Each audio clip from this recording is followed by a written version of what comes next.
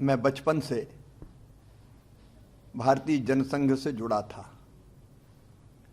भारतीय जनसंघ जिसकी स्थापना डॉक्टर श्यामा प्रसाद मुखर्जी जी ने की थी। हमेशा मन में एक ही सवाल उठता था कि आखिर बंगाल में कब जीतेंगे। एक कार्यकर्ता के नाते अंदर से इतना संतोष है कि शब्दों में वर्णन नहीं किया जा सकता। वर्षों की साध मोदी जी के नेतृत्व में पूरी हो गई।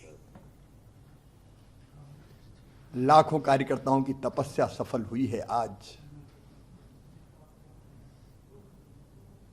उनका बलिदान सार्थक हुआ है।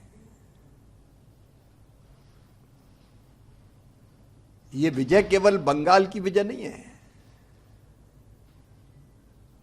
ये भारत की विजय है, हमारे देश की विजय है।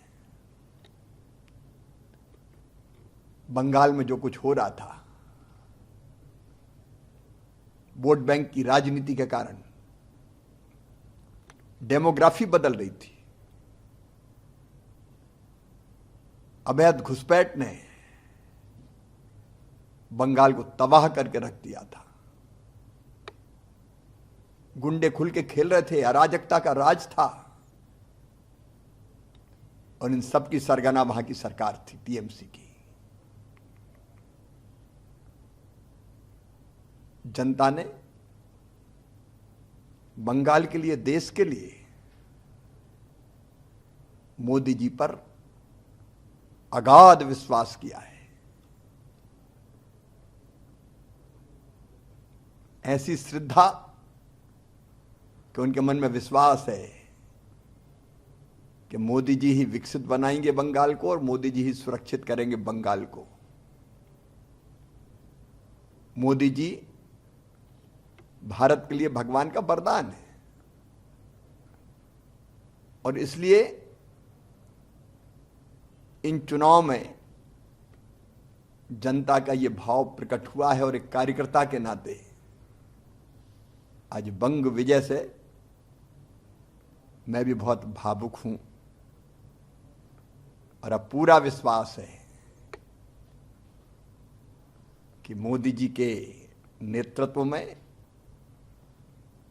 उनके मार्गदर्शन में भारतीय जनता पार्टी की सरकार अब विकास की, सुरक्षा की, क्योंकि हमें सुरक्षा भी जरूरी है देश के लिए,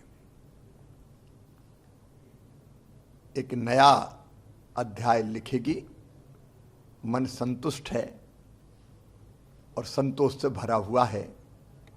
मोदी जी का अभिनंदन। अमित शाह जी ने जबरदस्त परिश्रम किया, रणनीति बनाई, और लाखों लाख कार्यकर्ता पार्टी के अध्यक्ष नितिन जी सहित अभियान में जुटे रहे। सब कार्यकर्ताओं को प्रणाम और जनता का आभार।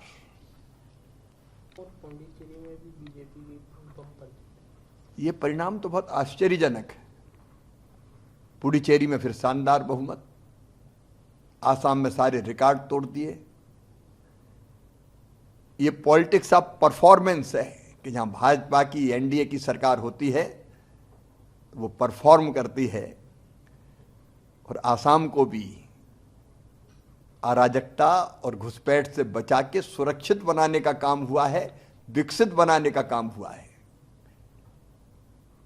और ये काम और चमत्कार मोदी जी के नेतृत्व में ही हुआ है।